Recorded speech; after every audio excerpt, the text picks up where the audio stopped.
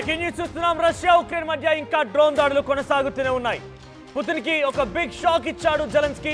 సుమారుగా 75 డ్రోన్లతో మరోసారి రష్యా పైన దాడికి దిగే ప్రయత్నం ఉక్రెయిన్ చేసింది. అయితే నిన్న ప్రతీకార దాడిలో భాగంగా రష్యా నుంచి 20 మిసైళ్లు 500 డ్రోన్లు ఉక్రెయిన్ వైపుగా దూసుకువెళ్లాయి. అయితే అక్కడ 250 డ్రోన్లని అడ్డుకున్నామని చెప్పి జెలెన్స్కీ చెప్పారు. 19 మిసైళ్లను అడ్డుకున్నామన్నారు. మిసైల్ ఒకటి మాత్రమే లాంచ్ అయింది.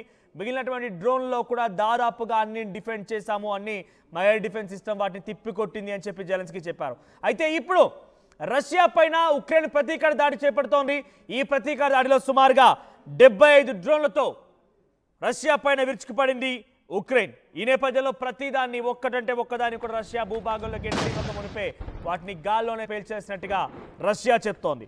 సో 470 డ్రోన్లతో నిన్న రష్యా ఉక్రెయిన్ పైన దాడి చేస్తే ఈరోజు కీవ్ ప్రాంతం నుంచి మాస్కో పైన ఎదురు దాడి దిగింది ఉక్రెయిన్. అయితే 4 ప్రధానమైనటువంటి ఎయిర్పోర్ట్లోని విమాన సర్వీసులని తాత్కాలికంగా నిలిపివేస్తున్నట్టుగా రష్యా పౌర విమానయాన సంస్థ రోసావియాచియా సంబంధించి సంస్థ తెలిపింది. సో అంటే రష్యాకు సంబంధించిన ఎయిర్ సిస్టమ్ మొత్తం ఒకసారిగా ఈ యొక్క ఉక్రెయిన్ డ్రోన్ల కారణంగా స్తంభించిపోయిందని చెప్పాలి. 4 ప్రధానమైన ఎయిర్పోర్ట్ల నుంచి ఒక్క విమానం కూడా ఎగరడం లేదు. సో తాత్కాలికంగా నిలిపివేస్తున్నట్టుగా రష్యా పౌర విమానయాన సంస్థ రోసావియాచియా సంబంధించిన అధికారులు తెలిపారు. సో ప్రస్తుతానికి ఇంకా డ్రోన్ దాడులు కొనసాగుతున్నాయి. బేసిక్గా రష్యా ఎప్పుడు చూసినా అర్ధరాత్రి సమయానికి ఉక్రెయిన్ పైన దాడులకు పాల్పడుతుండేది. కానీ నిన్న ప్రతీకార దాడిలో భాగంగా 500 డ్రోన్లు 20 మిసైళ్లతో సుమారుగా మధ్యాహ్నం నుంచే దాడులు మొదలుపెట్టింది రష్యా. మధ్యాహ్నం సమయంలో వీటిని మొదలుపెట్టింది. అయితే బేసిక్ అయితే రష్యా యొక్క తీరు గతంలో మనం చూసినా కూడా అన్ఆర్మ్డ్ వెహికల్స్ అంటే అవన్నీ కూడా పెద్దగా శాటిలైట్ లేకపోతే నావిగేషన్ ద్వారా వెళ్తూ ఉంటాయి. కానీ పర్టికులర్ దానికి ఒక మనిషి అవసరం లేదు. ప్రెసిషన్ టార్గెట్స్ని ఫిక్స్ చేసి రష్యా వైపు నుంచి వాటిని ప్రయోగిస్తూ ఉంటారు. ఈ నేపథ్యంలో ఉక్రెయిన్ వైపుగా వెళ్ళిపోయి ఆ టార్గెట్స్ని ఢీకొడుతూ ఉంటాయి. అటువంటి విధంగా టెక్నాలజీతో ఉంటూ ఉంటాయి. అయితే వీటిని రాత్రిని ప్రయోగించడం వల్ల అటు ఎయిర్ డిఫెన్స్ సిస్టానికి కూడా కొంత వీటిని గుర్తించడానికి కష్టతరంగా ఉంటుంది. సో అటువంటి ఆలోచనతో రష్యా ఎప్పుడు చూసినా గతంలో 3 ఏళ్ల కాలంలో యుద్ధంలో రాత్రి సమయాల్లోనే పెద్ద ఎత్తున ఉక్రెయిన్ పైన దాడి చేసేది. కానీ ఫర్ ద ఫస్ట్ టైం మధ్యాహ్నం సమయంలో దాడి చేసింది. అయితే రాత్రి ఉక్రెయిన్ తిరుగు దాడి చేసే ప్రయత్నం చేసింది. ప్రతీకార దాడిలో భాగంగా 76 డ్రోన్లని ఉక్రెయిన్ వైపు నుంచి రష్యా వైపుగా ప్రయోగించింది ఉక్రెయిన్. అయితే జెలెన్స్కీ ఒక రకంగా రష్యాకి షాక్ ఇచ్చారని చెప్పాలి. సో ప్రస్తుతం ఆ డ్రోన్లు ఒకసారిగా రష్యా భూభాగంలోకి రాకముని ఎయిర్ డిఫెన్స్ సిస్టమ్ పేల్చేసింది. కానీ అయినప్పటికీ రష్యాలో ఉన్నటువంటి 4 ప్రధానమైనటువంటి విమానాశ్రయాల నుంచి ఒక్క విమానాన్ని కూడా ఎగరనివ్వడం లేదు. రష్యా విమానయాన సంస్థ ఇప్పుడు రోసియావిట్సా ఆ నిర్ణయం తీసుకుంది. ఎందుకంటే ఇవి కనుక ఎగరాల్సి వస్తే డ్రోన్ల దాడిలో సివిలియన్స్ కూడా హట్ అయ్యే అవకాశం ఉంది.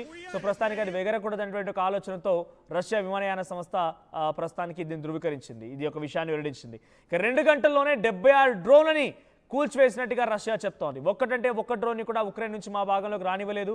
మేము ఎట్టి పరిస్థితుల్లో ఈసారి ఊరుకునే ప్రసక్తే లేదు. చూడండి, ఈరోజు 76 డ్రోన్లు వచ్చాయి కదా, దీనికి తలదన్నేలా మరోసారి రష్యా కూడా ఉక్రెయిన్ పై దాడి చేయబోతోంది. రష్యా మాస్కో నుంచి పెద్ద సంఖ్యలో డ్రోన్లని మరోసారి ఉక్రెయిన్ పైన ప్రయోగించబోతున్నటువంటి సినారియో త్వరలో మనం చూడబోతాం. ఎందుకంటే పుతిన్ విషయంలో మనం ఒకటి ఆలోచించాలి. నాకు కొంచెం తిక్కుంది, దానికో లెక్కుంది అన్నట్టుగా పుతిన్ వ్యవహారం ఉంటుంటుంది. ఎవరి విషయాన్ని పట్టించుకోరు ఆయన. అమెరికా వచ్చి చెప్పినా, చైనా వచ్చి చెప్పినా, ఆఖరికి వస్తే భారత్ వెళ్ళి చెప్పినా తన నిర్ణయం ఏంటో తనకు స్పష్టమైనటువంటి ఒక భావన ఉంటుంది. కాబట్టి ఆ నిర్ణయంలో భాగంగానే ముందుకు వెళ్తూ ఉంటారు. ఆయన చెప్పేది ఒకటే, బదులు తీర్చుకుంటాము, ప్రతీకార దాడులే చేపడతాం. కానీ ఏ రోజు కూడా ఉక్రెయిన్ని చంపాలనే ఆలోచన, ఉక్రెయిన్ని సామాన్యులను ఇబ్బంది గురించాలనే ఆలోచన మనకు లేదు అనే విషయాన్ని తాను చాలా క్లియర్గా వెల్లడిస్తున్నారు. సో మొన్న మధ్య బ్రిటన్ ఎప్పుడైతే ఉక్రెయిన్కి సహకారం అందించడం మొదలుపెట్టిందో ఆ రోజు నుంచి ఇంకా రష్యా దాడులు పెరిగిపోయాయి. బ్రిటన్ ఏం చెప్తోంది, $300 మిలియన్ ఖర్చు చేసినా సరే 30 ఏళ్ల పాటుగా 1 కాదు 2 కాదు 3 కాదు 30 ఏళ్ల పాటుగా ప్రతిదీ కూడా ఉక్రెయిన్లో మేము బాధ్యత తీసుకుంటాం, ఉక్రెయిన్కి సహకారం అందిస్తాం, ఉక్రెయిన్ని తిరిగి పురోగమన సంబంధించినటువంటి విషయాలపైన మేము సహకరిస్తూ ఉంటాం, సహాయం అందిస్తామని చెప్పి బ్రిటన్ అధ్యక్షుడు కీర్ స్టార్మర్ చెప్పుకొచ్చారు. అయితే అది ఎక్కడితో ఆగకుండా 350 మిలియన్ పౌండ్లతో 1,00,000 డ్రోన్లని ఉక్రెయిన్కి అందించేందుకు బ్రిటన్ ఒప్పందం కుదుర్చుకుంది. సో రష్యా పైన దాడి చేసేందుకు, రష్యాని తిప్పికొట్టేందుకు ఈ నిర్ణయం తీసుకున్నట్టుగా కీర్ స్టార్మర్ బహిరంగ ప్రకటన చేశారు. అయితే ఆ తర్వాత బ్రిటన్ నుంచి ఒక colonel Richards, Britain army colonel Richards ఏం చెప్తున్నారంటే, మన దగ్గర ఫస్ట్ రష్యాను ఎదుర్కొనేటటువంటి స్థైర్యం వార్ ఎక్విప్మెంట్ అనేది అందుబాటులో లేవు. ముందుగా వారిని ఎదుర్కొనే కంటే ముందు మనల్ని మనం చూసుకుందాం. సో నిజానికి పుతిన్ అనేటువంటి వ్యక్తి చాలా ఒక అరగెంట్ పర్సన్. అంత ఈజీగా ఎవరు మాట వినడు. ఇంటర్నేషనల్ లెవెల్లో మీరు న్యూక్లియర్ బాంబ్స్ కనుక ప్రయోగించాల్సి వస్తే మీ పైన చర్యలు తీసుకుంటామన్నా కూడా ఏమాత్రం బేఖాతరు చేస్తున్నారు. ఆయన పట్టించుకోవడం లేదు. సో ఆయన చాలా స్పష్టమైనటువంటి భావనతో ఉన్నాడు. ఎక్కడ కూడా అమెరికా వచ్చినా బ్రిటన్ వచ్చినా ఎన్ని దేశాలు వచ్చినా కూడా ఆయన ఉక్రెయిన్ పైన దాడిని వదిలిపెట్టాడు. అవసరమైతే ఉక్రెయిన్ పైన దాడి చేసిన తర్వాత బ్రిటన్ అమెరికా లాంటి దేశాలు బ్రిటన్ డైరెక్ట్గా యుద్ధంలో దిగిపోయినా అమెరికాకి న్యూక్లియర్ బాంబులు ప్రయోగించడం ఇష్టం లేదు కాబట్టి అమెరికా డైరెక్ట్గా రష్యాని నిలువరించే ప్రయత్నం చేసినా ఆయన వెనక్కి తగ్గడు. ఆయన చాలా క్లియర్గా తన లక్ష్యాన్ని ఏర్పాటు చేస్తున్నాడు కాబట్టి లక్ష్యానికి అనుగుణంగానే ముందుకు వెళ్తున్నమాటని బ్రిటన్ ఆర్మీ అధికారి ఒకరు చెప్పుకొచ్చారు. అంటే ఆ దేశాల్లో కూడా పుతిన్ పైన ఎటువంటి చర్చ జరుగుతుందో అర్థం చేసుకోండి. బ్రిటన్ అధ్యక్షుడు బ్రిటన్ కల్నల్ మాట్లాడుతున్న మాటలు బట్టి చూస్తుంటే పుతిన్ ఏమాత్రం కూడా తగ్గడనేటువంటి మాటను వాళ్ళు మాట్లాడుతున్నారు. ఇక రష్యా అధ్యక్షుడు ట్రంప్తో భేటీ అయిన తర్వాత ట్రంప్తో ఫోన్ సంభాషణలో కూడా చాలా క్లియర్గా ఇద్దరి మధ్యలో ఫోన్ సంభాషణ చాలా బాగానే జరిగింది.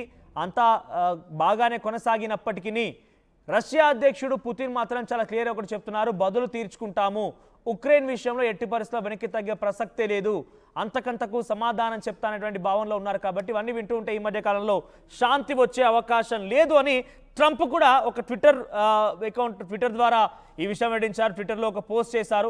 రష్యా అధ్యక్షుడు పుతిన్ ఏమాత్రం వెనక్కి తగ్గడు, ఆయన చాలా స్పష్టమైనటువంటి భావనలో ఉన్నారని చెప్పి డొనాల్డ్ ట్రంప్ కూడా చెప్పుకొచ్చారు. ఇవన్నీ చూస్తూ ఉంటే రష్యా అధ్యక్షుడు తగ్గడు. సో ఇప్పుడు ఉక్రెయిన్ 76 డ్రోన్లే ప్రయోగించింది, కానీ రష్యా అంతకు మించి దాని తలదన్నిలా కొన్ని వందల సంఖ్యలో డ్రోన్లు మళ్ళీ ప్రయోగించే అవకాశం కనబడుతోంది. ఈ వార్ ఇప్పటితో ఆగేలేదు.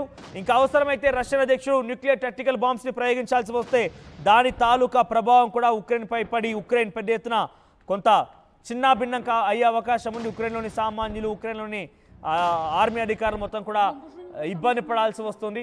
సో ఇప్పటికే ఇర్కుచ్ ప్రాంతం, ఆ బౌండరీ ప్రాంతాల మొత్తాల్లో కూడా న్యూక్లియర్ టెక్టికల్ బాంబ్స్ని మోహరించి ఉన్నాయి. సో రష్యా ఏం చేస్తోంది, ఉక్రెయిన్ కనుక బ్రిటన్ సపోర్ట్ తీసుకుంటోంది. ఉక్రెయిన్ జాగ్రఫికల్గా చిన్న దేశమే, కానీ బ్రిటన్ సపోర్ట్తో పెద్ద ఎత్తున ఎగిసిపడుతోంది. అమెరికా కూడా కొన్ని పెట్టుబడులని ఉక్రెయిన్లో తీసుకొని లీజ్ అగ్రిమెంట్లు కొనసాగించింది కాబట్టి ఇండైరెక్ట్గా అమెరికా కూడా ఉక్రెయిన్కే సపోర్ట్గా కనబడుతోంది. కాబట్టి ఎట్టి పరిస్థితుల్లో రష్యాని వాళ్ళు ఎదిరించడం కోసం అన్ని రకాల సమాయత్తం అవుతున్నారు. కాబట్టి ఉక్రెయిన్ వదిలే ప్రసక్తే లేదు. ఉక్రెయిన్ని చాలా క్లియర్గా మేము ప్రతిఘటిస్తాం, దాడి చేస్తాం, ఎదురు దాడి చేసి ఉక్రెయిన్కి అంతకంతకు సమాధానం చెప్తామని చెప్పి పుతిన్ చెప్తున్నారు. సో పుతిన్ మాటలు విన్న తర్వాత ఏదో ఎక్కడికో పరిస్థితి దారితీస్తుందని చెప్పి బ్రిటన్ అధ్యక్షుడు ఎప్పుడైతే 1,00,000 డ్రోన్లు ఇస్తానని చెప్పాడో ఇక మొదలైంది అసలు యుద్ధం. రష్యా అధ్యక్షుడు ఉక్రెయిన్ సంబంధించి రష్యా ఉక్రెయిన్ బార్డర్లోకి పెద్ద ఎత్తున న్యూక్లియర్ టాక్టికల్ బాంబ్స్ని మోహరిస్తూ ఉన్నాడు. అక్కడికి బార్డర్ వెంట ప్రస్తుతం న్యూక్లియర్ టాక్టికల్ బాంబ్స్ చేరిపోయాయి.